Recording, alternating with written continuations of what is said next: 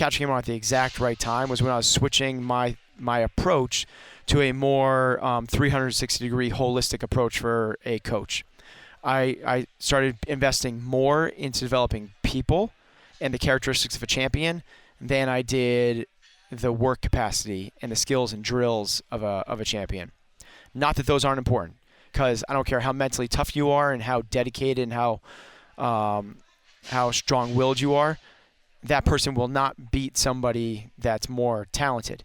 But if you take somebody that has incredible talent and you put the right personal characteristics to that person, now we're starting to develop the approach of a champion. This is episode number 56 with Katrin Davidsdottir and her coach, Ben Bergeron. Welcome to Pursuing Health. I'm Julie Fouché, medical student and former CrossFit Games athlete. Here, I bring to you information and inspiration from experts and everyday individuals for how to use lifestyle to maximize health. Thank you so much for joining me. Now let's get started with this week's episode. Hey guys, welcome back to Pursuing Health. In this episode, I had the chance to sit down with two-time fittest woman on earth, Katrin Davidsdottir, as well as her coach, owner of CrossFit New England, Ben Bergeron.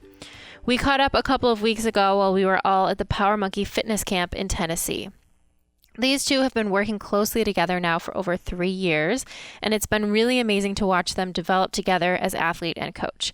I think there's a lot we can all learn from both of them, so I was really excited to have them on the podcast. First, a little bit of background about each of them. Katrin is the reigning two-time Reebok CrossFit Games Champion in 2015 and 2016. She's from Reykjavik, Iceland, and she made her games debut in 2012 at the age of 19. Her story is punctuated by a setback in 2014 when she failed to qualify for the games, an experience which she now credits for her success as one of only 2 women ever to win back-to-back games titles. Ben Bergeron is the owner of CrossFit New England, and he's coached numerous CrossFit Games athletes, including champions in 5 different categories. He publishes programming for competitors through CompTrain, which is followed by thousands of athletes around the world, and he's well recognized in the CrossFit community for sharing his best practices for affiliate excellence. In this episode, we talked about everything from how Katrin and Ben each got their start in CrossFit, to Katrin's infamous 2014 regional rope climb event, what led them to start working together, their unique approach to things like balance, happiness, and discipline, and just what makes their coach-athlete relationship thrive. Before we get started, I have a few quick reminders. First, if you're enjoying the podcast, please head over to iTunes to subscribe and consider giving it a rating. I'm always looking for inspiring stories to share. So if you or someone you know has used lifestyle to overcome a serious health challenge, please send your story to me at info@juliefouché.com, and I'll select some to share here on future episodes. To check out my online training programs through Beyond the Whiteboard, visit beyondthewhiteboard.com/Julie Fouché. Finally, please remember that although I am just days away from graduation from medical school, this podcast is meant to share the experiences of individuals and does not provide medical advice. So with that, let's get started here with episode number 56 of Pursuing Health, featuring Katrin Davidsdottir and Ben Bergeron.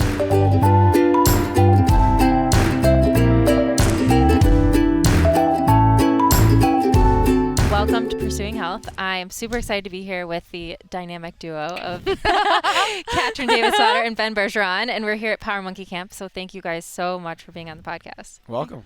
Thanks for having us. Awesome. Well, I want to start off with each of your stories about how you got into CrossFit. So maybe let's start with Ben. Did you always know that you wanted to be in fitness or be a coach, and what were you doing before, and what kind of led you into CrossFit? I did not know I wanted to be in fitness. Okay. I started off, I went to school for business. After school, did kind of the year off thing and became a ski bum. I did nothing, kind of just like enjoyed myself. Sounds amazing. Came back and then, yeah, it's great. Came back and then I got a job in business, in finance, working, in the high rises and in Boston. Mm-hmm. And I did that for a couple of years until one morning I had this, like everybody did that one morning on September 11th. Okay. My world was rocked. I didn't know anybody that was killed in 9/11, but for some reason it incredibly hit home to the point where I realized I didn't want to be pushing papers around and living the kind of like in front of a computer for my whole life. Mm-hmm. So I moved out and became a ski bum again, kind of reevaluated my life, and I knew I wanted to either become a firefighter, join the military, but I eventually settled on becoming a trainer because I thought it was some way to give back and help people's improve lives. Okay. And then did the personal training thing in the Globo gym, became a strength and conditioning coach, and during that time kind of got in triathlons, and then found, like everyone back in the mid-2000s, found CrossFit very organically. Found it through the internet, did it myself, did it with my clients, did it with my athletes, and just saw the crazy. I got fitter in 3 months doing CrossFit than I did doing 3 years of Ironman training. Wow. I was like, that part stuff of my life's works. done. Yeah, this stuff works. I'm in. Yeah. That's amazing. And what time period was that? 2006-ish. Okay. Yep. Okay, so pretty early on. And Katrin, what about you? How did you find, I know you were a gymnast, but maybe tell us a little more about your background and how you found CrossFit. Yeah, so I was a gymnast from 6 to 16. And I was never like the best gymnast. I always worked very, very hard, and I loved like the conditioning side of things. I was always the one begging for like, can we have a conditioning day? And all the girls would be like, Katrin, No. like, no. Teacher, you forgot to assign homework? Yeah, that's me. Yeah, that was me. So at 16, I just kind of like had enough of gymnastics. Felt like I wasn't improving. Like I had like an injury that year. Just wanted to try something new. So I tried out track, and again, like we have like, it was called like build-up seasons and then competition season. It'll be like 2 build-up seasons and 2 like indoor and outdoor. Okay. And I loved the build-up season. It was just like endless conditionings and running intervals, and I loved that. And then it was competition season, and all we did was compete. Like we'd rest the whole week and then compete at weekends. And I felt like I was doing nothing, and probably because I didn't have an event. Like I didn't have something that I'd worked so hard towards to compete in. So I was like, okay. What kind of events did you run in track? I literally didn't have an event. Like I just try and compete in everything. I'd competed in 60. I tried 200. I tried long jump. Not very good at. So like if I would have settled on anything, I probably would have picked the heptathlon. Okay. But with my build, everyone wanted to pull me into like the shot put or this or that, and I didn't want to go there. So I was kind of like spent that summer. This is kind of like the summer of 2011, where I was like, okay, I didn't want to go back to gymnastics. I didn't want to go back to track. And I really it was probably the only summer since forever that I wasn't training. And that's actually the summer that Annie won the games. Okay. So that was all over the news, all over the media in Iceland. And I just remember she was on the news, and my mom and my grandma are like, so I don't know, why don't you try that? And I was like, okay. Yeah. So I remember I called the gym that she was at, and I went and I tried out boot camp, and I remember I signed up for the elementary class, and they had like just started. They were like a week in, and I was like, please let me join. And actually, so I did like 3 weeks of elementary, and I actually hated it because we did nothing. But boot camp, we were like sweating for an hour. Body weight stuff. But once I started like real CrossFit, and we were like doing classes, and actually got to like do the workouts, I was like, okay, I love this. That's so awesome. Yeah, so that was like September of 2011. Wow. Very cool. And then so you're all in on CrossFit. You're using it to train your clients. At what point did you then decide, okay, I'm going to open up an affiliate? And then after that, when did you start to think about coaching competitive athletes? So it was about 2 years of doing it kind of part-time. We kind of did like a boot camp scenario. Okay. I was a strength and conditioning coach at a local high school, or like a prep school, like private school in New England. And when the kids would go to school, the gym was sitting there unused. So I used to have the parents, after they dropped the kids off, come in, and I would train the parents. So it was very much a part-time thing, and I was a strength and conditioning coach in the afternoon. After about 2 years of doing that, the writing was on the wall that like this was a great opportunity to do something. That's when we opened up our gym where we are now, in CrossFit New England, and that was 2009. Wow. 2009, we competed as a team for the first time, and my wife Heather competed as an individual at the CrossFit Games. And Which I remember because she was one of the women that I watched that year, my first summer when I started. So we went there not really knowing what we were doing, kind of like everyone back in the day. But we loved it. We thought it was amazing, something that I was looking forward to for the previous 2 years, having watched the CrossFit Games. And then the next year it moved to what was then the Home Depot Center or the StubHub Center. Yeah. Whichever it was then. And whichever Home Depot, I think, first, yeah. And that's when it was this big leapfrog for the sport. You know, we went from this backyard ranch to like a stadium setup, and we saw some pretty good success that year. Heather did really well, finished just not far behind you. That year, we had a master athlete win the Masters, and we did very well as a team. I competed on the team, and then I did that for another year or two. And then I pulled myself off of the team, and that's when I really flipped from like athlete to coach. Okay. I thrived better in the coaching environment than I did in the competition on the floor environment, and it's it also allowed me to I was wearing too many hats. Yeah. I was becoming a young dad. I had a growing business. As an athlete and a coach, that's 4 things to kind of like invest into. Yeah. So I picked 3. Okay. And the athlete side fell by the wayside. Okay. And what do you love about working with, obviously you still love your affiliate and working with the everyday person, helping them get healthier, but what do you love also about coaching elite athletes? I like trying to be the best in the world at things. Yeah. I mean, it's really what it is. It's excellence, right? It's Yeah. excellence. I want to try and be the best dad I possibly can be. I want to be the best business owner I possibly can be. And if I'm coaching an athlete, I want to be the best I can possibly be. And the cool thing about sport, I was actually reading about this recently. The cool thing about sport, parents are always like, why should we put our kid in sports? We could put him in music or drama or anything else. The cool thing about sport is, unlike almost anything else, there's a score.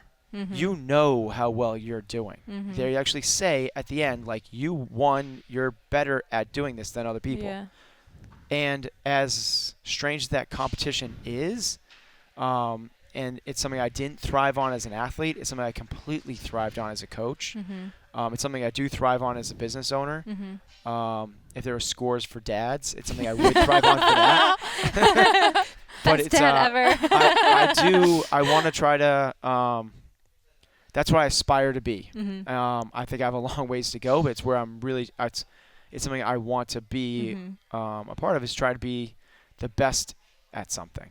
And it's that's a completely motivating and completely measurable thing for me. I've never wanted to be the biggest gym in the world. I've never wanted to have the biggest family in the world. I've never wanted to have the most athletes to coach. I just want to try and do what I do as well as I can. That's amazing. And interesting, too, that you said you're in the same gym where you started, which there's so many affiliates who have started, more recently than 2009 that are already moving into bigger spaces and growing really big. So that's interesting to hear, that you are really, you don't want to have the biggest gym, but you want to have the best experience there for your members. Yeah, our goal has never been to get to 500 members.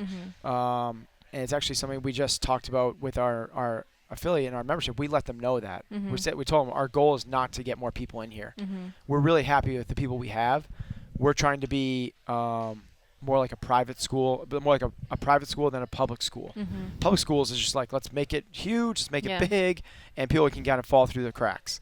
What we're trying to say is, like, we don't care if another person walks in. We want to give each one of you guys something more. One of the reasons we haven't moved into another facility is it's the loyalty to the members we have. They've said, like, hey, I will come here. And if we pick up and move, we're kind of like breaking a promise that, we said we would be here for you, and now we're moving somewhere else. And I haven't been able to, kind of pick up and move on some of them. That's awesome. Okay, back to Katrin. So you're getting ready, or you're starting CrossFit. You have this amazing role model in Annie, or seeing her on the news. So was competition something that you always wanted to do, or was it just about finding a new hobby or a new I don't think I've ever done anything as a hobby. Okay. Yeah. I think I was 3 weeks into CrossFit when I remember coming home, and I remember telling my mom, I was like, I think it was regionals. I was like, Mom, I want to make it to regionals. And she's like, okay.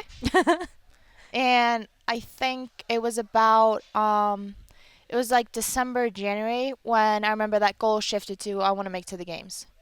I was a couple months into CrossFit. So it was always, I was going in, I wanted to do what I needed. I wanted to compete. And that's just something that I was born with.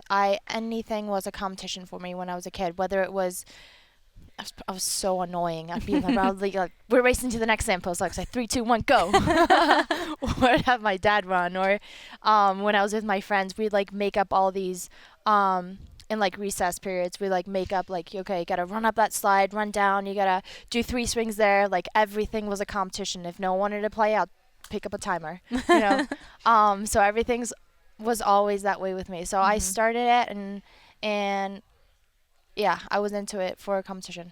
And it was interesting to hear you talk about last night how that's part of your culture in Iceland, and we were trying to figure out what your secret is over there. But I didn't realize that it was so great for gender equality and that you had such amazing role models there as women. So can you talk about that a little bit? Yeah, so I think it was 1980. We had the first female president in the world. Wow. And I mean, we have Annie, and we have such great female athletes coming out of Iceland that are strong in their sports. And I think that's just all. I know both me and Annie, and like we're just raised to believe that we can do whatever we want to. There isn't a barrier on us because we're girls. It's not. I remember when I was in school, I think it was like the first time probably in 6th or 7th grade, I remember we had to do this running test. I think it's like the beep test. Like it's like welcome to level 3. Like you just run forever. And I remember I had to finish, I would always compete with the boys. Like when we were swimming, like I'd compete with them. And it was probably around that age that they started like being a little bit faster too, but I still wanted to compete with them. And I remember the PE teacher was like, you have we'd get a score from 0 to 10. Like that's how we got our grades. And she was like Katrin, you have a 10, but the guys weren't done. And I was like, I couldn't figure out like why could I get a 10 now and they had to run more. I was like, no, I'm finishing it until like until I have that 10. So I think that's like a mentality that a lot of people have in Iceland. It's you know, there was a new election for parliament, 48% of women. Wow. You know, so I think we believe that if we put in the same work, we can get the same results. And we're not afraid to. It's not That's like amazing. Annie said yesterday, it's never been like, we're not afraid to be strong. It's not, yeah, I think just we believe we can, and we will. We'll work for it. That's amazing. Well, it clearly shows. So what was it like then from seeing Annie on the news and that influencing you to start CrossFit to then training with her and competing against her? So Annie they traveled a lot. Okay. I think she wasn't in Iceland for a couple months.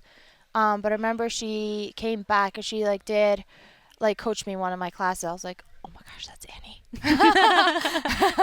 Annie. So she coached me in a couple classes, but then she was traveling a lot. So that was my first, that's how I first met her. But it wasn't until maybe January, February, a couple months in that I remember I was doing some competition, and I mean, I'd know her, I'd say hi to her, but I didn't completely know her. I remember she came and she was like, hey, me and Frederick are training tomorrow, if you want to join us. And I was like, oh my god. I was like, that's so cool. Yeah. So I remember I went and trained with them. So I would every now and then I'd go train with them, and it was very motivating, and I did learn a lot from them. At that time, I was just doing class workouts. I didn't have a program to follow, or anything like that. I just worked hard at what I was doing. I do boot camp 3 to 4 times a week. I do CrossFit 3 to 4 times a week. So that was very cool from kind of seeing her on the news. I remember going to my first training session with them. I was so beat up, and I was like, I'm going. Don't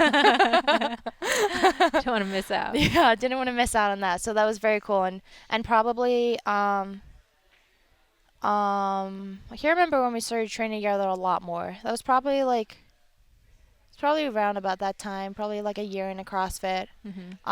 So I was very lucky. I was very lucky to be able to see that, like I said yesterday, there's so many times that you see athletes that are the best in their sports, and the only time that you ever get to see them is on the floor. You only see that. You see the pinnacle of them. You see them thrive. They're under their spotlight, you know?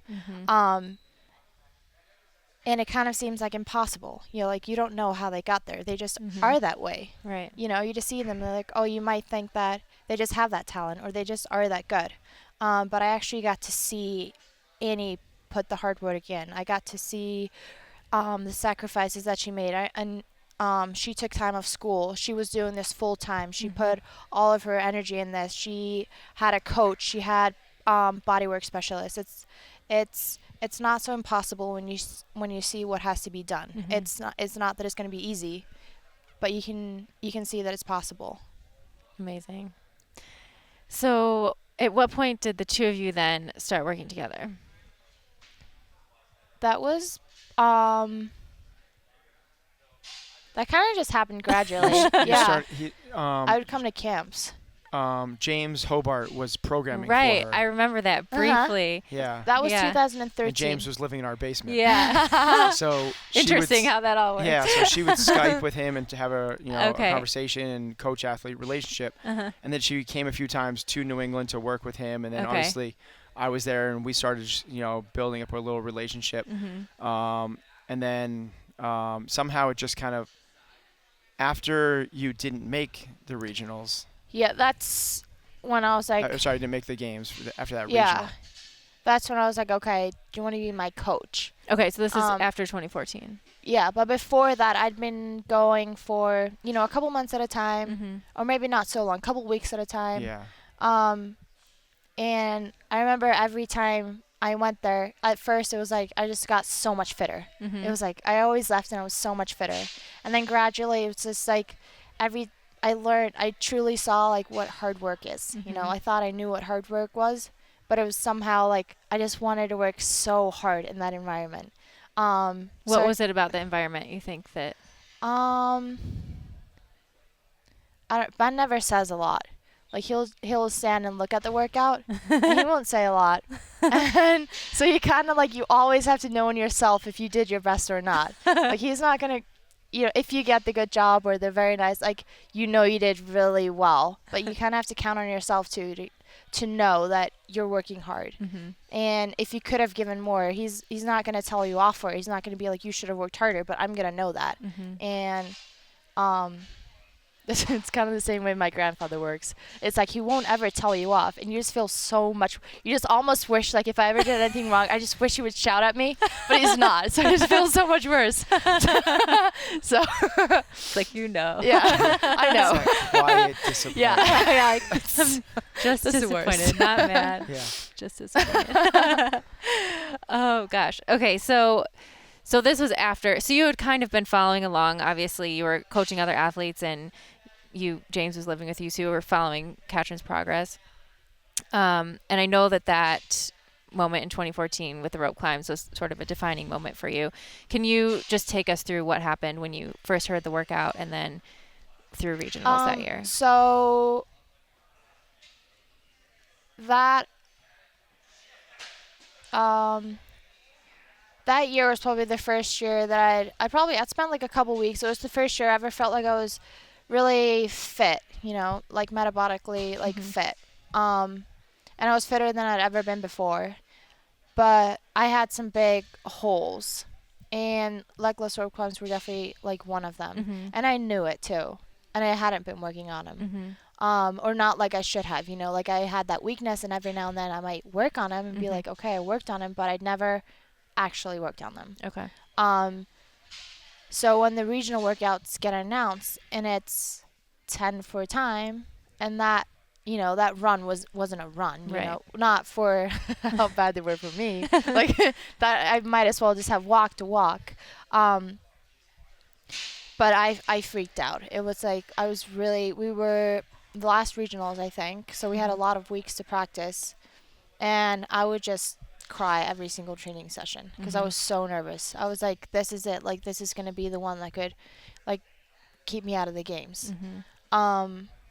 So when we go to regionals, I was killing it. I was doing really, really well. Like, I remember day one, I was sitting at the top of the leaderboard, and I was in interviews, and they're like, oh, so, like, how does it feel? Like, I know you've been to Tiffany, you're looking really fit. Like, and my answers were like, oh, yeah, we got legless rope climbs tomorrow. Like, That's all you could think about. And then the first event on the day, again, I did great. And then still I was like, yeah, I got legless rope climbs. Like, that was all I was thinking about. Mm-hmm. And then finally the legless rope climb event shows up. And I think I did like 6 or 7. Probably got caught up in the competition because I was like, suddenly I felt good and I could do legless rope climbs. And it comes crashing down on you. I think it was like rep 7, something like that. And there's footage of I'm literally hanging at the top, and I just have to make the reach, and and I don't, and I just slide down the rope, and immediately I slide down and I start crying. And that was the moment I'm like, I'm not making the games. And it's so silly and it's stupid. You know, the workout isn't done. The clock's running. I haven't done my workout. And like I've said, like, people fail things all the time. If you just stand back up and you get yourself together, you know, you can make more rope climbs. There was a whole day left. You never know what's going to happen. So that was definitely like a mental breakdown right there and then. Which now we talk about is definitely the best thing that ever happened to me. But right there and then, like, I shouldn't have broken down like that. And I did okay for the rest of the weekend, but it was too big of a fall. I didn't do any more rope climbs for the rest of the event because either like just kept trying to go back up, not being recovered, and just panicking over the whole situation. So that summer, like at the time, I remember Ben actually texted me. He wasn't working with me then. He was like, you probably can't see it now, but this could be a good thing. Like, this could be the best thing that happened to you. And I was so mad for saying that. I think it took me a week to reply. I was like, I took some time off. I remember probably like a couple of weeks I'd go to the gym or, you know, whatever. And I remember I hadn't booked any like family vacation or done any plans with them because all I wanted to do was go to the games. That's all I wanted to do. I had no other plans. And I remember my dad picked me a ticket and I went with them to Morocco. And I can't even remember how, but why I started reading those books. But I had like a book. The first one that I read was a Michael Johnson book. And he was like top of the sport. Like, no one could be. He would describe when he ran 100 meters, like how he would, like, you know, the first, like the driving phase, he would look down, and like after 40, 60 meters, I was like, look up, and he'd do like a right, left, and he would never see anyone because he was so far ahead. And like, so he was like supposed to win the Olympics in the 100 and 200, and he gets like this stomach bug or something like that, and he ends up in the Olympics, it doesn't even make like the quarterfinals. It was something like so like, he was just shocked. Like, he was supposed to win, and he didn't even or the semifinals. But so that was like, for him, that was like a major failure. And he comes back in 96. He adds the 400. He gets gold in 100, 200, 400. Wow. And the same time I read the book about like Jessica Ennis. She's a heptathlete, and she, at the same time, she was the best in the world. She'd won like the indoors and the outdoors championships, and she breaks her leg, so she can't compete in the 2008 Olympics. So in 2012, it's in London. It's like her home country or her hometown, and she's the face of the Olympics, and she wins. And it was just cool to like read about these stories that there's these huge failures, and it didn't define them. It's not that they fail and that's like some destination. You know, it's just, it was a path to go through, and it's an important path. They wouldn't have been who they are without that. So that kind of showed me that it wasn't that this wasn't for me. It wasn't that I wasn't a great athlete. It wasn't that it was this. But up until that point, I definitely had been content with being a games athlete.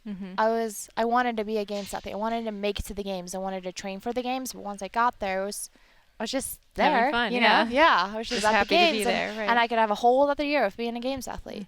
And it wasn't until that point that I never wanted to not make it to the games if I wanted to make it to the games. It's kind of like that moment showed me how bad I really wanted it and how hard I was willing to work for it. And that's kind of like when I started working closer with Ben, we really started working on we read a lot of sports psychology at the same time as I'm reading it. Like, we talk about it a lot. We'll talk about, you know, the workout before, what we were focusing on, you know, and after, like, what we were focusing on, how we could fix it. And It was that year. It was, I mean, I got a lot fitter that year, but it was definitely, it was us working on my mental game that year. That was the biggest differentiator. Wow. And what was it like, Ben, from your perspective, watching her in that event and then starting to work with her, and how did that change your approach? I can't remember like the feelings or the emotions actually watching the event. You know, she wasn't one of my athletes at the time, so I wasn't as tied into it. We definitely were friends. That's why I sent her the text afterwards. But shortly thereafter, it was after the games, after that year finished up, that she reached out in August or whenever that was, and said she wanted to work with me. And she came, and then I was coaching Matt and Michelle at the time, and she came and worked with us that September, and she was really fit. She was really fit, and that's when we started to, I as a coach also started to swing a little bit and go much more into a little bit away from the normal points performance and strategies of workouts and kind of like the on the floor between the whistles type stuff. Right. That's where I was before. I was a programmer. I was trying to maximize horsepower and technique, and kind of the regular GPP, what we think about, the 10 physiological adaptations. Yep. That's where I always thought my role as a coach was. Right when catching him on at the exact right time was when I was switching my approach to a more 360-degree holistic approach for a coach. Okay. I started investing more into developing people and the characteristics of a champion than I did the work capacity and the skills and drills of a champion. Not that those aren't important, because I don't care how mentally tough you are and how dedicated and how strong-willed you are. That person will not beat somebody that's more talented. But if you take somebody that has incredible talent and you put the right personal characteristics to that person, now we're starting to develop the approach of a champion. And that was a really exciting time. Katrin actually moved from Iceland shortly thereafter. She finished that semester and spent the rest of that spring in New England, living. She took over James's room. So lived in the basement. So that was actually a real turning point as well, because I think everybody feels like they have a really special family. I feel like I have a really special family where we talk They have a really special family. where we talk about this stuff at the dinner table. We talk about characteristics of championship. We talk about all the things that about things that you have control over and things that you don't. About having belief in yourself. About what it means to be a loyal friend and family member. All the things that it means to be. Okay, people use the word dedication. What's dedication really mean? People use the word of self-confidence. What's that really mean? Those are the conversations we have at the dinner table. For Ben real. have like lesson plans every night. For Yeah, dinner. but we love it. Maya calls it, here goes Ben with a Rocky speech. Not going to be able to go to sleep tonight. It's always you end about 8 p.m. and you're so fired up. So I think it helped both of us. We've said outright, we've grown with each other. Like, I've learned as much from Katrin just watching what a champion looks like, how they act and how they perform and how they sleep and think, as much as she's learned from me. I couldn't have done it all without learning or without being at CFNE and working with Ben. And the fact that we lived under the same roof was like this, like... Yeah, 24/7. Yeah. You could call it like, this mecca of having it, or this or this prison where you can't escape. Depends on how you look at it, yeah. But it's like every moment of every day, every car ride, every meal, every training session.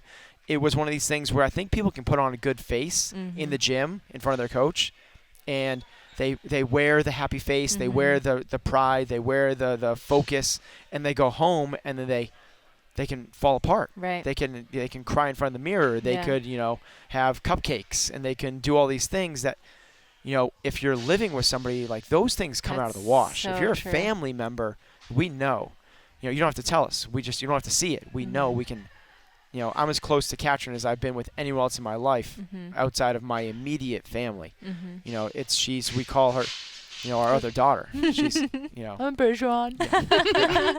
So it's her and Maya are considered sisters. sisters. Yeah. It's their it's an incredibly close relationship that's benefited us immensely on the competitive side. Not only that, the thing that I think you asked earlier, what do I like about coaching? And I like the competition for sure, but one of the rewarding parts, it's not the reason I got into this, but one of the rewarding parts is for sure seeing the development of the person as well. When I took Katrin as an athlete, she was an immature teenager. She was. She didn't take ownership of things and was emotional. And she's turned from that perspective. You could throw in the word complacency as well. Like, it's hard to put the word complacency on somebody that's a games athlete, but she was complacent with being a games athlete. She didn't take care of details. She was emotional. And then to take that to where she is today, which I believe, this is my own biased opinion, she's the role model in the sport. Absolutely. And in the history of the sport, I don't think there's been a better person to represent what we stand for in terms of the characteristics of a human being. And to see that development over 3 very short years is a testament to her more than us or our environment. She's an incredible student. The best thing that I can say about Katrin is the coachability factor, where she's, I don't think people give enough credit to some like Matt and Katrin for how smart they are. They're incredibly brilliant people. If they went into any field, they'd be incredibly successful with whatever they did because their drive, but also their passion and their minds are incredible. We have conversations, and I will have them with her once about something. And in my mind, it's kind of like what most people, you have a conversation, it's probably going to get washed over like you build a sandcastle and the tide comes in, and eventually it kind of washes away that thought or that conversation. With Katrin, it's not. We're not building a sandcastle that's going to get washed away. You're building like something with stone and brick and mortar. You say something to her once, and she'll repeat the conversation 2 years later exactly verbatim. Wow. And that's a huge advantage because we can move on to the next thing. I don't need to repeat it. And that's one of my coaching styles is we've had athletes come in and train with us, and one recently came in. It's a regional level athlete came in, and afterwards he said, "What'd you think?" And I said, and I was like, "Well, what do you mean, what do I think?" He said, "What do you think about my time?" I said, "The time doesn't matter." He goes, "Okay, then what'd you think about my performance?" I said, "I told you to fix something on your rowing technique. You didn't fix it." He's like, "Well, I wanted to go fast." I was like, "I'm not going to give it to you again. If you don't want to change, you don't want to learn, this isn't the right place for you. Like, I'm not going to beg you to change. I'm not going to beg you to like. You got to want it yourself. You got to want it yourself." Katrin wants it. Wants it really badly. We talk a lot about a fixed mindset versus a growth mindset, and I read the book Mindset by Carol Dweck, and as I'm reading it, and I envision like the fixed mindset, it's me growing up in a lot of ways. When I think of the growth mindset, it's Katrin, the one that's like always wants to learn. Nothing's about validation or like pass fail. It's always like, am I getting better? It's better to become something than to be something. I have no idea what your question was. No, I like this. Let's go with this. Yeah. Let's go with this. I love it. So you started to talk a little bit about like some of the characteristics that make Katrin a great athlete to coach, or a great person to coach. From your side, what are some of the aspects about Ben that make him a great coach to work with? Definitely, like I said, at first, it's like you start developing athletically. It's probably what kept me coming back from where first. It was like, I'm becoming a better athlete. Yeah. But then he puts a lot of emphasis on becoming a better person. And I think I'm totally different than what I was when I first came. I'm happier, and like he says, I've gained a new family. So it's that everything seems, I don't know, like clearer in your head. And it seems like, it doesn't seem like it will work, like you become a better person and that's going to make you a better athlete. But like he says, it just takes certain characteristics to follow something. And the emphasis that he puts on effort versus results is something, it can be hard going on the floor knowing it's not going to be a good workout for you. Like I told you the story about like the rope climb workout. Yeah. And I'm scared that I might disappoint him. I might go on the floor And, you know, if I won't perform well, he's going to be disappointed. But, you know, we're family. I know that however I will do, he'll love me when I come off the floor. I think that's so important. And I know that if I go out there and I do my best, that's as good as it gets. And it's almost as taking pressure off, but at the same time, it's a lot of pressure too. Right. Yeah. Because that's hard. Sometimes it's actually easier just to get the result and not even know you might not be putting in the full effort, but you can still get the good score, and that might be easier. But really putting in that full effort every single day is really hard. It's hard, and it's those standards that it's a pressure that he puts on that I want to live up to, you know. So that's amazing. And I love how you guys talk about that and putting the emphasis on the effort and focusing on maximizing each moment of training. I'm wondering if you can talk a little bit about how you balance that and that mindset in training with goal setting, and how does that influence the type of goals that you set? Yeah. I grew up a very goal-oriented person. I grew up, you know, I believe in goals. I research goals, and I try to figure more about them. And the more you learn about them, you learn about SMART goals: specific, measurable, attainable, relevant, and time-bound. And then eventually, I got to the point where I had kind of a 180 on goals, and I don't believe in goals anymore. I think goals have their place, and if they're structured correctly. But I believe goals can be more demotivating than motivating. Most of the time, the goals that people set for themselves are what I call destination goals. I want to clean and jerk 300 pounds. I want to lose, 5 pounds. I want to get promoted. I want to win the games. I want to be something at some point. Well, realistically, you don't have much control over that. You just really don't. So if you're saying that you're making a SMART goal, let's say your goal is to run a sub 4-hour marathon at the Boston Marathon. And let's say that you wake up that morning and there's 18 inches of snow on the ground, and that could happen in Boston in April. Chances are, if your goal, you're going to be within, that's going to be a razor's sharp thing that you have to work for really hard. Well, in that scenario, you're not going to achieve your goal. So if you're not going to achieve your goal before you can even set out for it, does that mean you don't try? So for us, a goal is the result from which you put forth an effort. Okay. So instead of focusing on the result, just focus on the effort. So we say the effort lies in the dedication to the process. And where you end up will take care of itself. So if your goal is to win the CrossFit Games, I think that's misplaced. I think your goal should be to figure out what is it going to take to win the CrossFit Games, and then your goal should be to maximize your effort towards each of those components. So the person that's going to win the CrossFit Games is going to train 6 days a week. They're going to be in the gym 4 to 6 hours, and they're going to work really hard on their strength, their skills, and their conditioning. We all know that. That's not enough. You're not going to win the CrossFit Games just doing that. So you have to kind of dissect, what does the winner of the CrossFit Games look like? You begin with the end in mind. Okay, they're going to eat a certain way. So let's maximize everything we can within that area. How are they going to sleep? Let's maximize everything we can in terms of our sleep protocol. They're going to do mindfulness practice. Let's maximize everything we can do in terms of mindfulness practice. They're going to train. Let's put everything we can into our training. Effort, not results. And if we do that, if we dedicate ourselves to that process, we have a better chance of achieving that goal.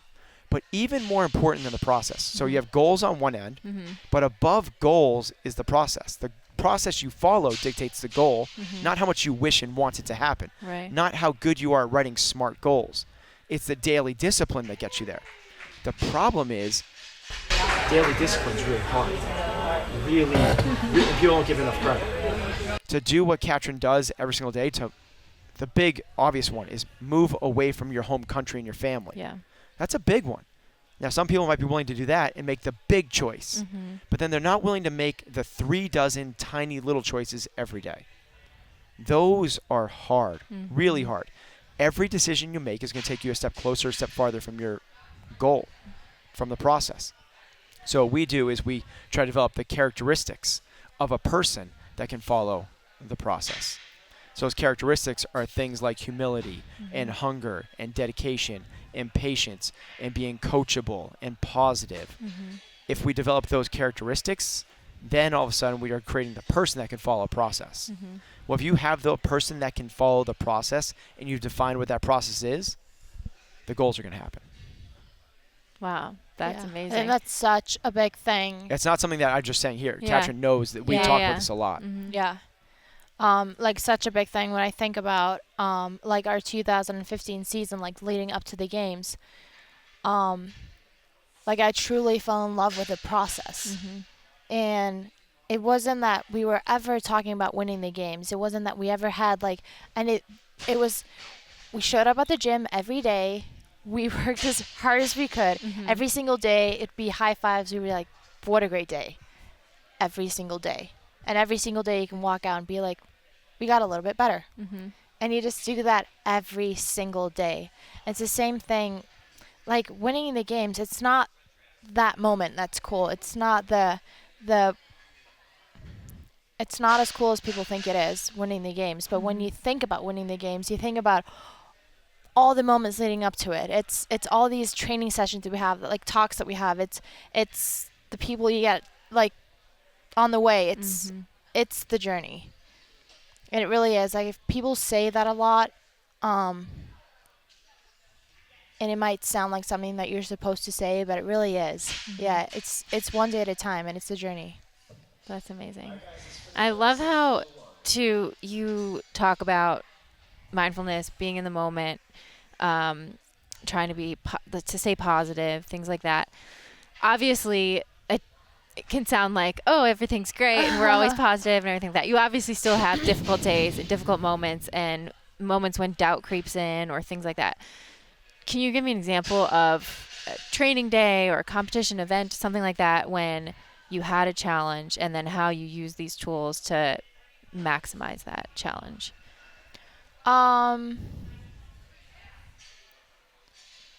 I got a general take on that before we get into the Okay. specific of the actual day, and I know the day. Yeah. Human beings are 5 times more likely to lean into and remember and become attached to negative than they are positive. It's built into our DNA. It's a lot more important to remember that in our Paleolithic era, it's built into who we are as human beings. It's more important to remember that the big furry animal with the huge claws and the teeth is going to kill you than it is to remember that the little butterfly is really pretty. It's really important to remember that those berries will kill you, then those ones are really tasty. Yeah. We are programmed to attach ourselves to the negative. That's part of our DNA and our survival instincts. That doesn't help us in a competitive sports setting. It helps us in survival mode. Because of that, we have to work really, really. You're not going to just default to positive. It doesn't happen. You're going to default to negative. It's what human beings do. So we work really hard on that in our daily disciplines. It's part of our daily practice. It's part of our conversation. It's part of what we work towards. It's part of the white bracelet, the no complaint bracelets. We don't. Our saying is never whine, never complain, never make excuses. Okay. It's a big thing that we have to remind ourselves time and time again. In terms of a specific day that this came to light, it was leading up to the games last year when we were training at Cape Cod with Cole Sager, and we had the gym to ourselves, and we were doing a workout. You remember this now. Oh, yeah. Yeah. The workout was overhead squats and muscle-ups. And it's something that Katrin's fairly decent at, not a wheelhouse type thing. Cole's very good at those two movements. And she had a tough go at it.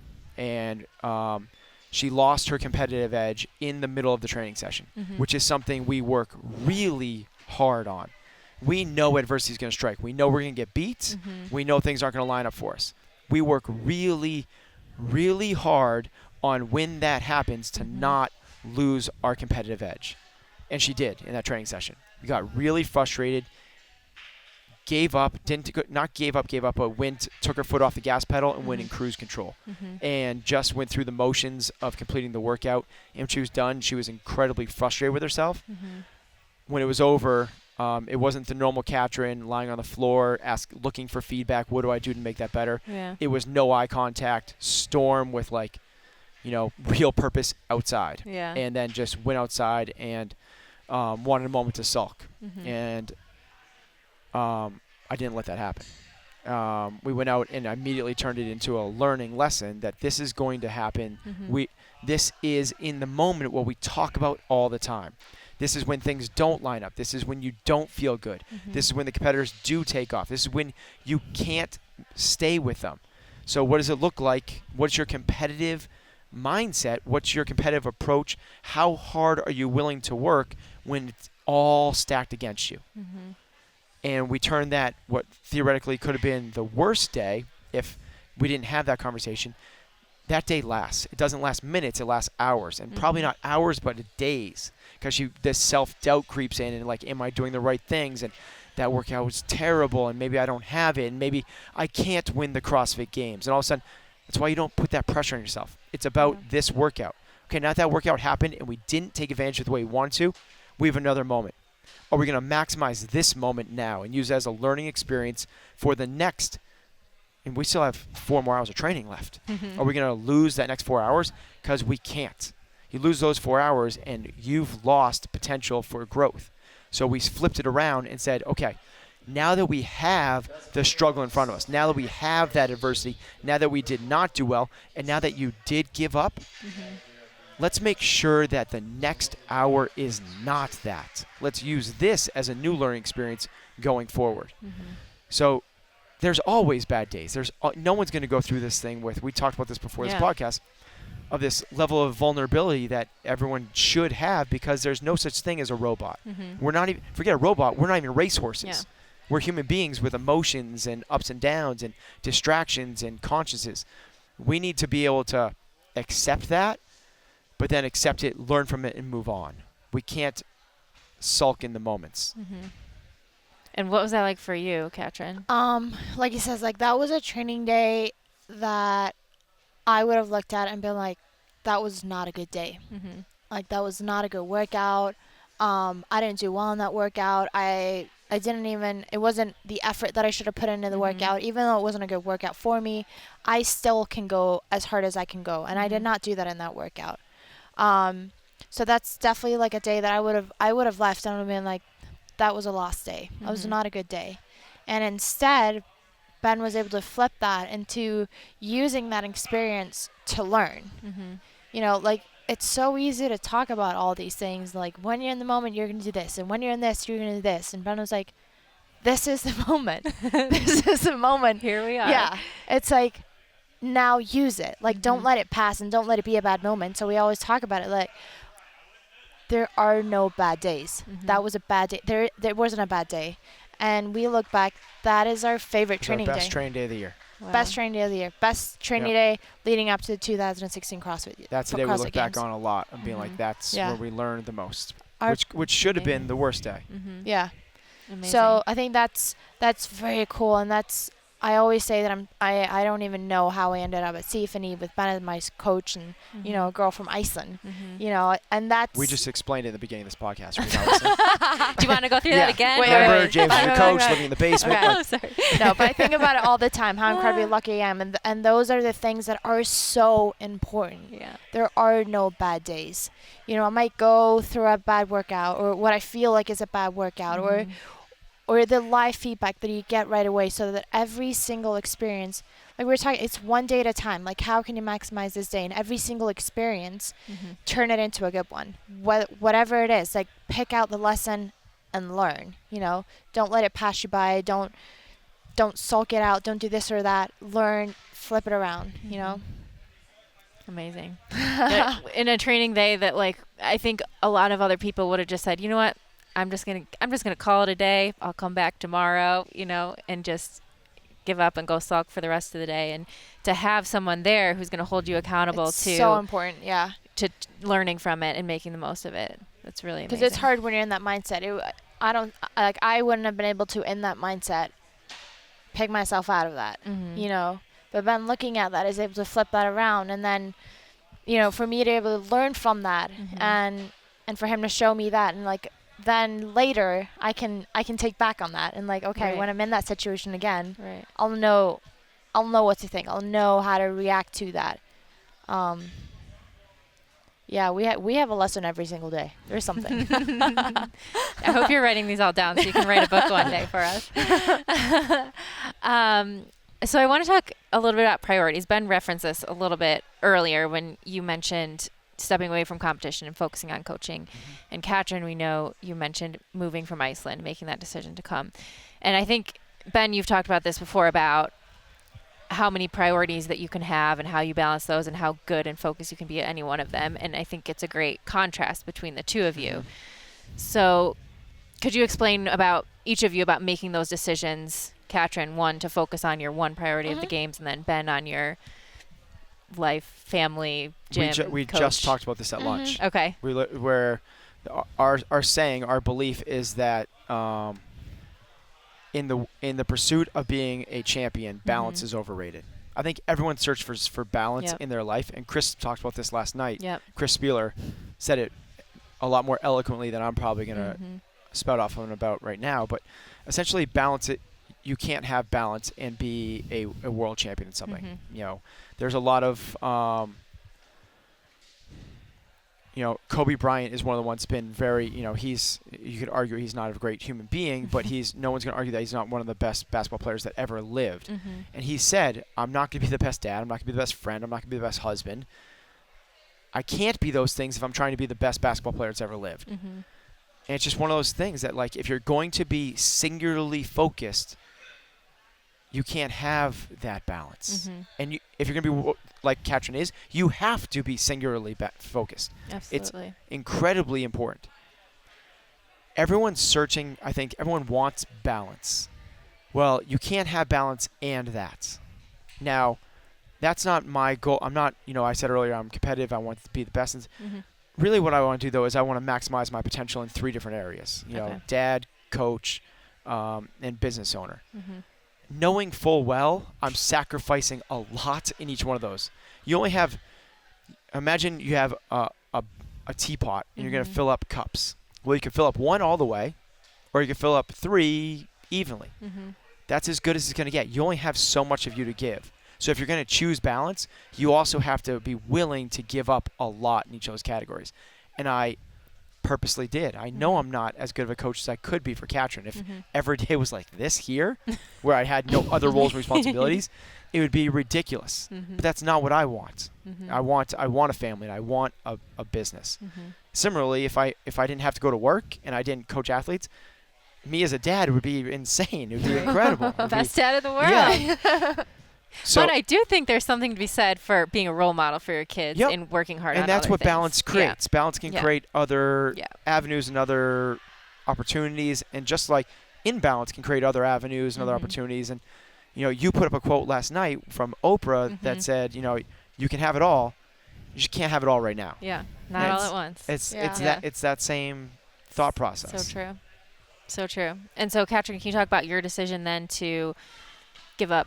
I know you were in school at one time early on when we were talking. I know you were deciding maybe you would go to law school, maybe you do this or that. So you stopped school. You moved all the way to the United States to train. What was that decision like for you?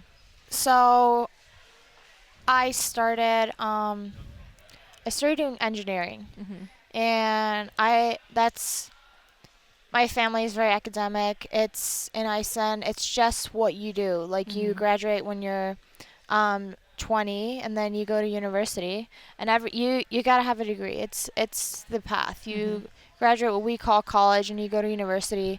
So kind of, I didn't really know what I wanted to do. I was like, I always looked very much up to my grandpa. He was a lawyer, he never worked as a lawyer, but that's, I went to the same college as he went to, and then he did law, so I wanted to do law. But I was never very good at the reading subject. I was very good at math, physics, all of that. So it was just, when I graduated, it wasn't even thought put into it. It was just I'd be good at engineering. It seemed natural. So I did that, and I absolutely hated it. I couldn't imagine doing it. I would get good grades. I would do the things, and I could get by. I was like, there's no chance that I'm ever going to do this. So that's a year that, you'd be in school. It's a lot. That's a full-time job too. And I was coaching, and I was training for the CrossFit Games. So the next year I was like, okay, I don't want to do engineering. Like, I'll do law. Like, I'll do what I wanted to do. And I actually liked law, but I wasn't very good at it. So that was another one that I was spread so thin. You know, I was not doing very well in law. Like, when all of my friends that I was in school with, they would read all day, and I would go to school, but then I would train all day. And then if I might have 150 pages at night to read, and it was like 8 p.m. and I couldn't get through that, and I wasn't prepared for the next class, and then I wouldn't sleep and I'd be tired, and that would suffer in my training. And then I was coaching 3 hours a day too, and I didn't even like being in the gym anymore, so everything suffered. I was doing nothing well. None of the things, I wasn't doing anything well. And I think like the first people to realize it was actually, like, I think it was my mom to probably say it first. I was like, you know, why don't you just take time off? Like, take time to like realize what you want to do. And I remember at first I was like, no. Like, I'm like, it wasn't even an option. Wasn't even a thought. And then it was like, you know, she's right. And my grandparents were like, why don't you just take time? Like, you don't know. And they were right. Like, I know that I wanted to compete in the CrossFit Games, and I wanted to work so hard at this, and I had no clue what I wanted to do in school. And I was like, you know what? I'll take the time off and I'll figure that out. And that's when I took time off school. I moved to Boston. And it's really cool what happens when you commit 100% to something with the right people around. And that was our 2015 season.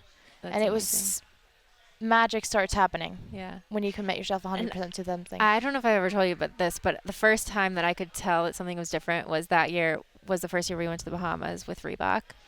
And it's kind of like how you said, before you were an athlete that was sort of complacent. You're like, I just want to be a games athlete.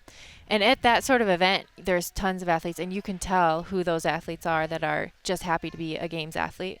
And I noticed a difference in you. I noticed that you were so focused on your training. You were up early. You were eating, we weren't eating cookies like everyone else was because they were on vacation. And I was like, something's going on with Katrin. And then she ends up winning the games. I'm like, That's so cool. Something's up. So it's really awesome. It's really awesome to see. And cool from my perspective too, obviously always being in that struggle of trying to balance things, and my first year of med school really being kind of like you said, full-time school, full-time training, and probably almost getting to my breaking point, and then being able to take extra time in school and find a little bit better balance and be able to be obviously not focused on one thing, but be a lot better at both, and being able to have really one priority. Yeah. So how does this play out? Can you guys take me through a day in the life of Katrin and Ben? How does this play out on a day-to-day basis in managing your priorities and your typical day of training and everything else you do? So I can start. You start earlier. I get up first. So I get up at 4:45 every morning. Wow. I do my morning routine. What does that involve? Whatever it is, brushing teeth and stuff like that. So like Okay. shower. I go to I get out of the house fairly quickly. So I'm out of the house a little after 5 o'clock, 5:05, and I go to my office. I have an office actually next door to the gym, so it's not in the gym, so I can actually have separation. And I go in that office and I read Stoicism. So about mindfulness and approach to life. And then I'm a very disciplined person myself. I have a daily tracker that I created, which gives me weekly scores based off of how I'm performing relative to the core values I've set for my own life. And I spend about 15 to 20 minutes going through that and analyzing my own core values, personal mission statement, and my own quarterly rocks, my goals for the next 90 days, and how I'm doing tracking towards that. From there, I create the programming for my athletes I train from afar, for Brooke Wells and Cole. I actually purposely do that in the morning because they're farther in a time zone, so I can read their results from the day before. And I have a big picture of what I want it to look like, but I tweak that every day based on how people are feeling. So I can't do it the night before unless I hear how yesterday went. Right. So I'll create their programming. I'll send Matt what we're doing. I suggest things to Matt, Okay. and he follows along as he wants to. Okay. So I reach out to all my athletes. And then from there, I go and work out myself, and I coach a class. I eat a little bit of food. And then during that time, Katrin's starting her day.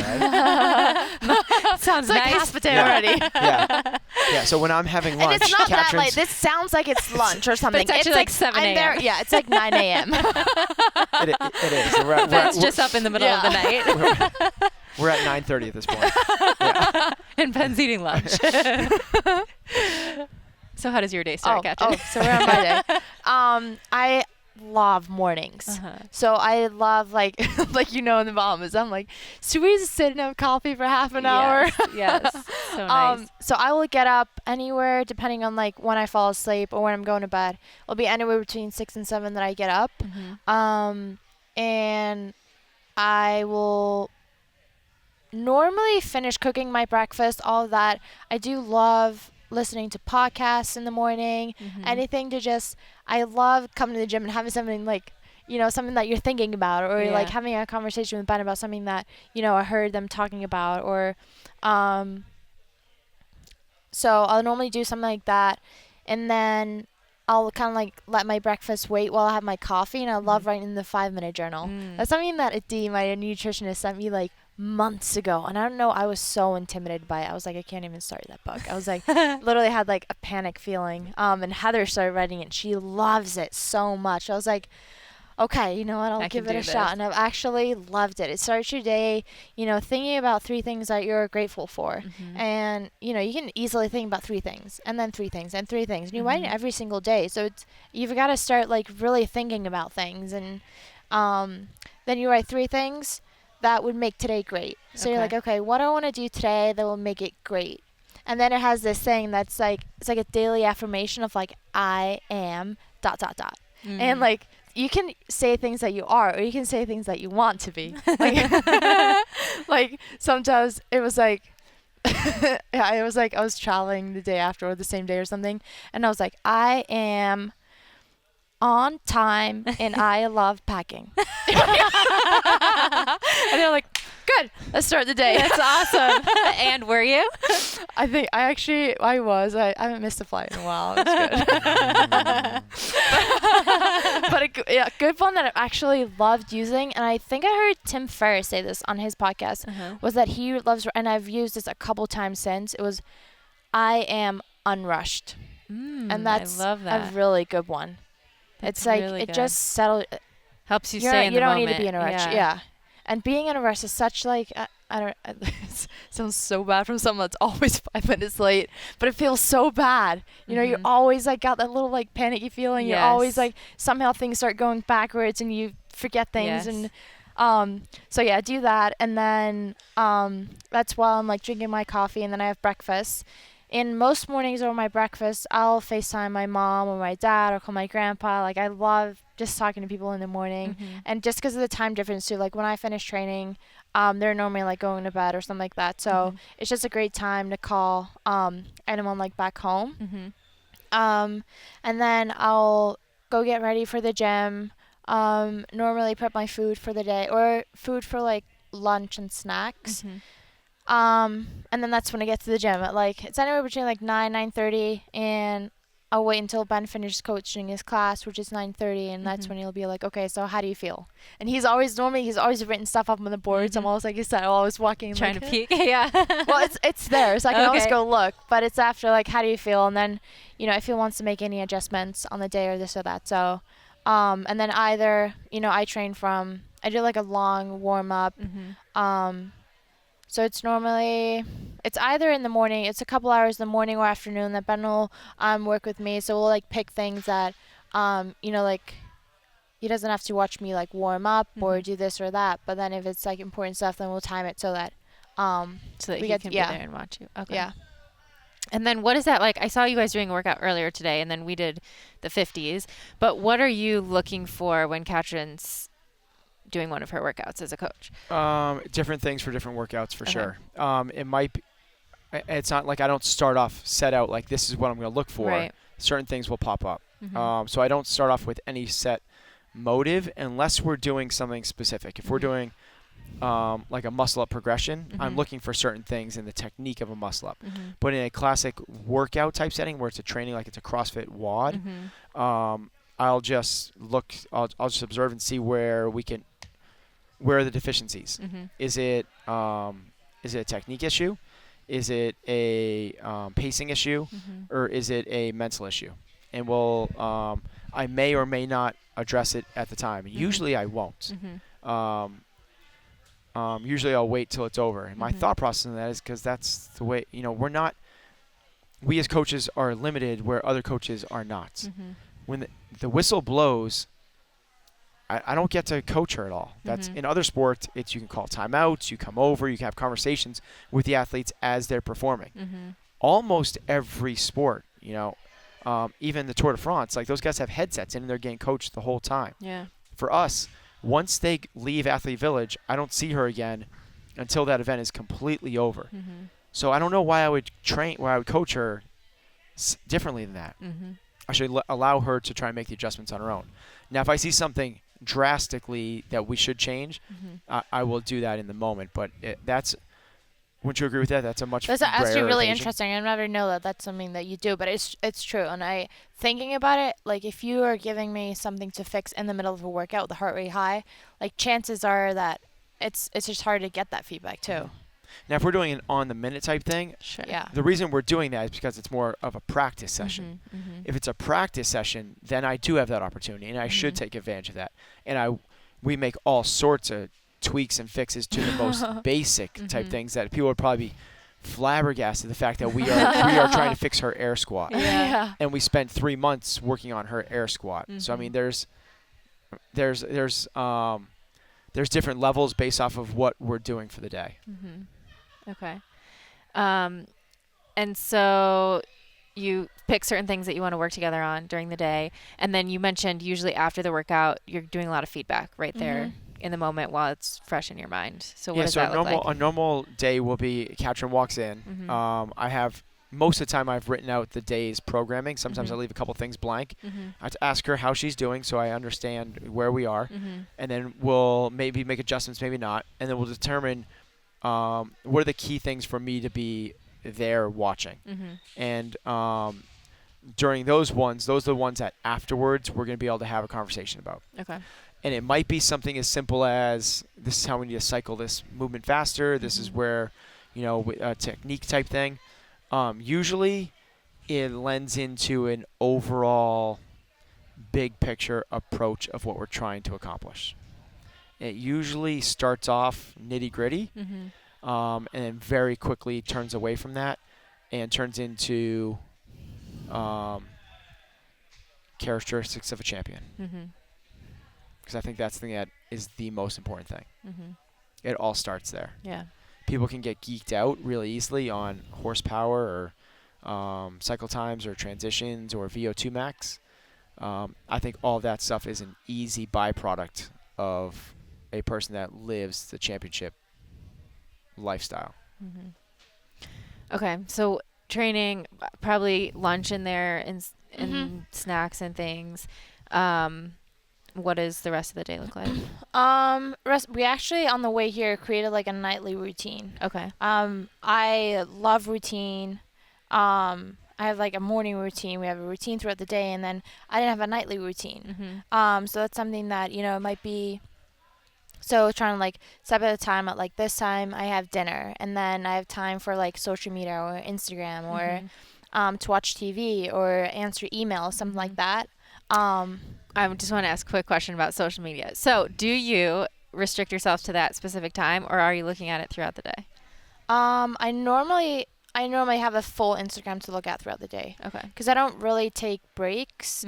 If I would take a lunch break, I might sit there and flick through it, but I normally don't. And I don't do it during training. I wouldn't do it in between sets. I just feel like that's very distracting. And the same thing, it's normally like a rule. If I've taped my thumbs, I won't answer texts either. It's a good one for everyone to know. That's a good one. Tape your thumbs when you get into the gym. We're out. I'll answer once the training session's done. And then normally try and be in bed by 9:30 read a book, and then lights out by 10. I try and get at least 8 hours of sleep. And if it's a tough training week or I'm tired, that can very easily turn to like 9 hours. Like I'm like a little baby. Like I need my sleep. Yeah, I feel you. And what does the rest of your day look like, Ben? Usually, so my day kind of goes workout, coach class, work with Katrin, and then kind of run the business. Whether that it usually involves, for some reason, I have so many. For a guy that is a coach and owns a gym, I have so many meetings. It's amazing how that happens, right? Yeah. That's really interesting because I've been done with school for about a month now, so I've had some time off before I start residency, and I'm like, oh, I'm gonna have all this free time. It's gonna be so great, and I feel like I have all these meetings that so disappear. Yeah, I usually have between 3 and 4 hours of meetings a day. Wow, that is a lot. That is a long time. Yeah. So what kind of meeting are those, like with your staff? With it could be different so people? we have a meeting to help amongst what we call our leadership team for the gym.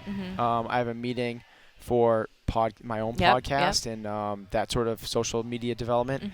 I have meetings for I'm in the works. I was sharing with Katrin. I'm in the works of starting 2 other businesses. Oh wow. So I have meetings for those ones, and I have meetings with all my coaches, and then I have meetings with certain department heads within my business. Wow. So those are just like the set weekly ones, and then there's hey, Things can that you do a pop phone up. call? Right. Can you do can you meet with this person that wants you to try a product? So it gets eaten up really fast. Does. And then if you try and get some body work done, or you have a doctor's Right. appointment, like so how do you filter those? Like when do you know to say yes, this is a good meeting for me to do, and such a good question. when do I say don't no? know the answer to that. Yeah, I try and it's something I don't do well enough. I don't know the answer to that yet. It's something I need to work better at. I know that the meetings I have in my calendar are important ones. I really try hard to take on as little other ones as possible, but I'm not good at it. We're all working on that. Yeah. Okay, and I know you make a big effort to end your day at a certain time to be home with the family. Yep. I'm very impressed. Yeah. I listened to your podcast, your and I told you. Wow. Yeah. So that's one of my daily things. So one of my core values is family, and it's actually the first and foremost of my core values is family first. And one of the kind of prerequisites I put before myself to make sure that I'm living that daily discipline is being home by 6 o'clock every day, except for one day a week I have to be home by 5 o'clock. So that means leaving the gym at 5:30 every day, but one day I have to leave the gym by 4:30 or earlier. Wow. And then it's just and then once dinner, I get home, family, I try really hard, and nobody's perfect, but I try really, really hard to not look at my phone. I try not to really bring my computer home or do anything like that. But I've been this is something I have gotten better at. It's something I struggled with for a long time. I've gotten better, and I made a hard measurable. I will not look at my phone at all until the kids are in bed and I'm in bed. That's and great. it's one of the things like I shouldn't be doing it when I'm in bed, but it's really if I don't then I never answer text messages. I never look at anything. So I need some time to do that. So I spend probably 25 minutes once I go into bed, and that's when Heather does her journaling. Yep. So she's doing her journaling. That's when I kind of allow myself to zone out and do Instagram and respond to some text messages. Cool. You guys talk a lot about discipline, and obviously that's a big part of I can clearly see in both of your lives. And one other thing I've noticed too from social media is even like you guys going out to eat, the whole Bergeron family, and Katrin always has her like separate Tupperware City, which is amazing. And like you said, of course, if you're going out to eat with your coach, like maybe if you're going out to eat with your friends and your coach isn't there, it's easy to be like, oh, sure, I'll have some of that or this, whatever. But you're always in that environment, so it makes it easier. She doesn't do that because I'm there. No, she would do it anyways. Really cool story is at the athletes' dinner for last year's games. Yeah. At the athlete dinner, everyone bring out to a really nice restaurant. They provide everybody with their food, and everyone's getting whatever. And Katrin pulls out of her backpack her Tupperware, and she eats her weighed and measured food because it's part of the daily process, part of the daily discipline. And I think everyone was kind of like, what are you doing? Like, I laughed a little. Yeah, people laugh at her and stuff like that. It's okay. I'm fine. Yeah. It's cool. Like this. So it is. It's Next year, everyone's going to be doing that. It's a very disciplined life. Yeah.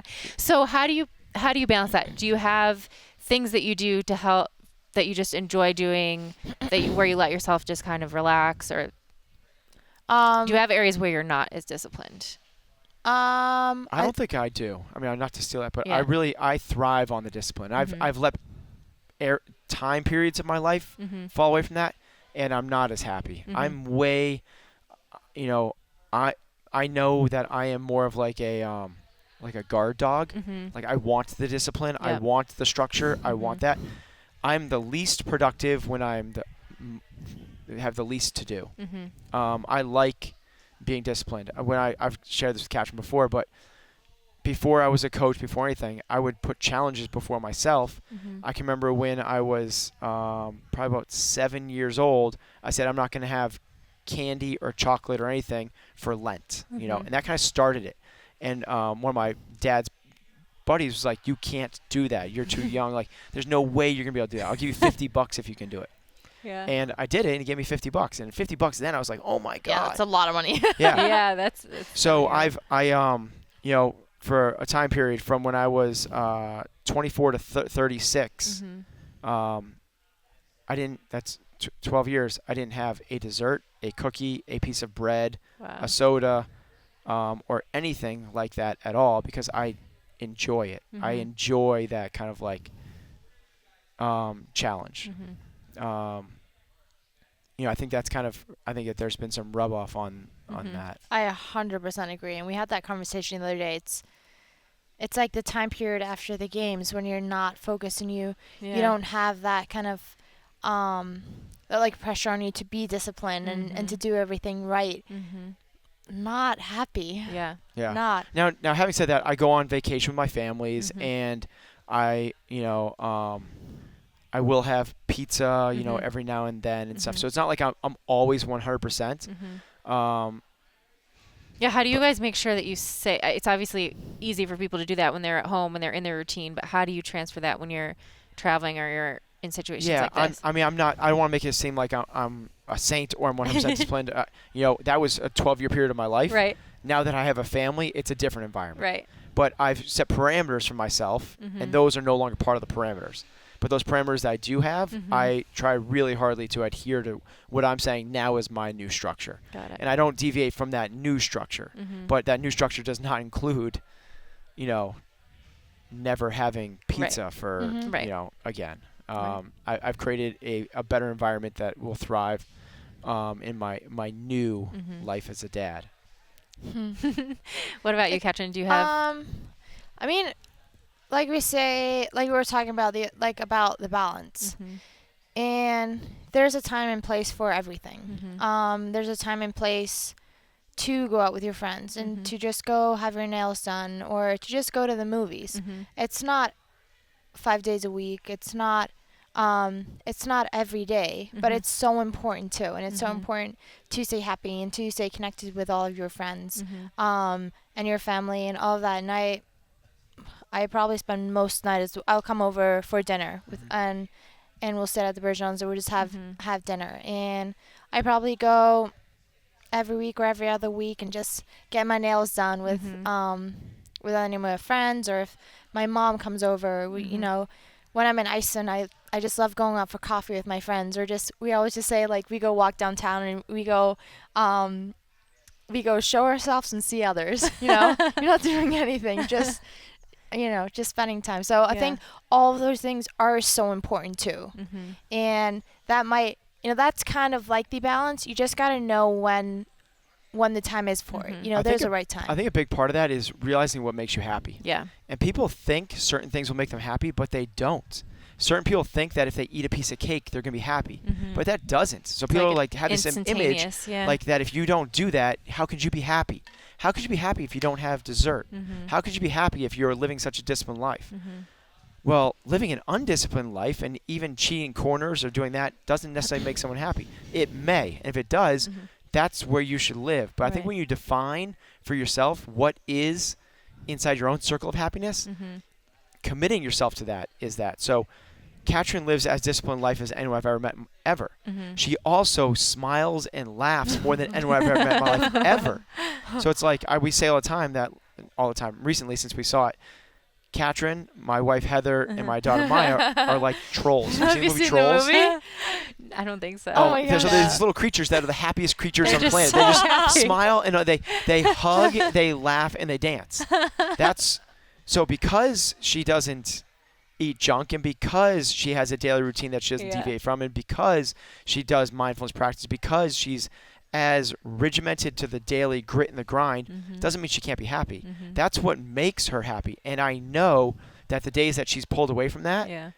because she's allowing herself the freedom, because Mhm. those are the days that she's really the least happy. Mm-hmm. Yeah. It's That's just a beautiful. different thing that society tells us happiness is going It's to come so from one true. thing, and it's not necessarily the case. So true. And it seems that it's usually that instant gratification where it's like you think you're happy for a moment and then you just feel terrible. Yeah. So it's true long-term happiness Yeah. comes from short-term pain for long-term gain. Yeah. So if you're willing to say no to certain things now Mm-hmm. and have the willpower to do that, in the long run, that Mm-hmm. pays off.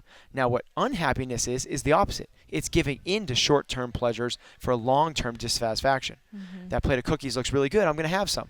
And you do that again and again and again. Mhm. But in the long run, you end up with diabetes and you're Yeah. unhappy. In the short run, I'm going to say no to that today. I know I'd be happier in the moment if I ate that. But in the long run, I'll be happier because of it. Mm-hmm. It make me a lot happier in the moment to hit the snooze alarm at 4:45 in the morning. But I know in the long run, we are nothing more than the accumulation of our habits. Mm-hmm. Well, if I listen to that daily discipline, I make that short-term sacrifice, in the long run, I know it's going to lead to the life that I want to live. Awesome. Bringing it back to that, you said you read some Stoicism in the morning. Are there certain books that you Yeah, Really I got like? into it recently, probably about a year ago. I've Mhm. always been kind of like more modern-day Stoicism, you want to call it, Okay. like Stephen Covey, Yes. you know, that type of philosophy, or whether even like Dale Carnegie stuff. Mhm. But the book The Obstacle is the Way Mm-hmm. is phenomenal, and that kind of it references a lot of Stoicism. It's not about Stoicism, Mhm. but the same author wrote the book The Daily Stoic, Okay. which the Daily Stoic, for somebody that is not very adept at pulling out the messages from it, Mm-hmm. they do it for you. They'll give you a short little passage. So every day, it's a short little passage Mhm. from Marcus Aurelius or Seneca or Epictetus or one of the other philosophers, and they'll dissect it for you. Here's how to apply this to your everyday life. Okay. So you get like the real message and then how it applies to life in the 21st century. Got it. And it's a phenomenal introduction. Since then, I have gotten, Marcus Aurelius' book and Mhm. Seneca's book and stuff, but I'm not really that smart. We need the Cliff Notes Yeah, version. it's what it is. Yeah. It's a Cliff Notes version. Yeah. It's exactly That's what it is. awesome. That's our awesome. generation. Now it's like Spark. It's not even Spark Notes. Yeah, What it's is it? like, It's something else. I don't even know. Yeah. I don't know, some app or something. Yeah. Okay, so I just want to bring it back to the coach-athlete relationship and kind of how you talked about you guys have grown together. It's kind of this really synergistic relationship that you've both had great success from. And I think obviously it's very beneficial in sport and with athletes, but something that in anything that you're doing in life, whether it's a mentor that you have at work or any other relationship, I think there's a lot of synergy that can happen that we can only be as good as we can be on our own. But if we have someone else there to help us along, we're going to be so much better. Mm-hmm. So for people listening, is there any advice? Obviously, you couldn't have predicted the events that ended up bringing you to where you are today, but is there any advice in how to nurture those relationships or how to be a good athlete or mentee or coach or mentor? It's a tough one because Yeah, you no, don't, it really you can't, is. you couldn't Yeah. really plan this, right? 5 years ago, you I didn't know how think- it was going to work out. I think this might be like, I hope this isn't a cop-out answer, but I would surround yourself with people that make you better. Mm-hmm. That's really the baseline level of that. And I think that, the group of friends that I have now is very different than the group of friends I had 10, 15 years ago, Mm-hmm. because I had different values and goals and morals. Mhm. And it's one of those things that if I surround myself with the people that challenge me and pull me in the right direction, I feel like every day is going to get better and better and better. I think that's because you can't define it. You can't say this is the person that I'm going to be a mentor with and this is how we're going to grow together. You can't force it, yeah. You know, we had no idea, but I knew I enjoyed being around Katrin and vice versa. And together, if that's the case, and, you know, I'm learning so much from being around her. And if she feels the same, then that relationship is mutual. Even more so, I think, than like a mentor apprentice role. Yeah. Because there's not as much benefit going one direction as the other. You know, I have a good friend that I meet with, you know, weekly for lunch, and we talk about stuff like this. We talk about, you know, family. We talk about values. We talk about growth. We talk about, you know, where we should be placing our time. What is balance? How much, you know, and we challenge and make each other better, and we hold each other accountable in certain areas. And that's for me, that's an awesome person to be around. Yeah. You know, my wife is another one of those people that I don't think you have to figure out, like, are you going to get me to where I want to be? You know, I don't think Katrin started this like, are you going to help me win the CrossFit Games? And likewise, I didn't look at her and be like, are you going to go win the CrossFit Games and make me a better coach? Yeah. It wasn't about that. It was, do I enjoy this? And are you gonna are we both benefiting from this relationship and making each other better? And that certainly defines our relationship. Again, about the process, right? Yes. Yeah, Right. Yeah. really Exactly. is. It's just every day. Forget about the goal Yeah. and just Are we dedicate happy? yourself. Do we do a good thing every single day? It's Yep. like, yeah, It's amazing. yeah. All right. I know we've been talking for a while, but I have 3 more questions. Ones I ask everyone. And the first one is the top 3 things you do on a daily basis. I know you guys do more than 3 that have the biggest positive impact on your health. Health? Oh, cool. Okay. Do you want to go first? Do you have 3 things already? I can go, but it'll be you go.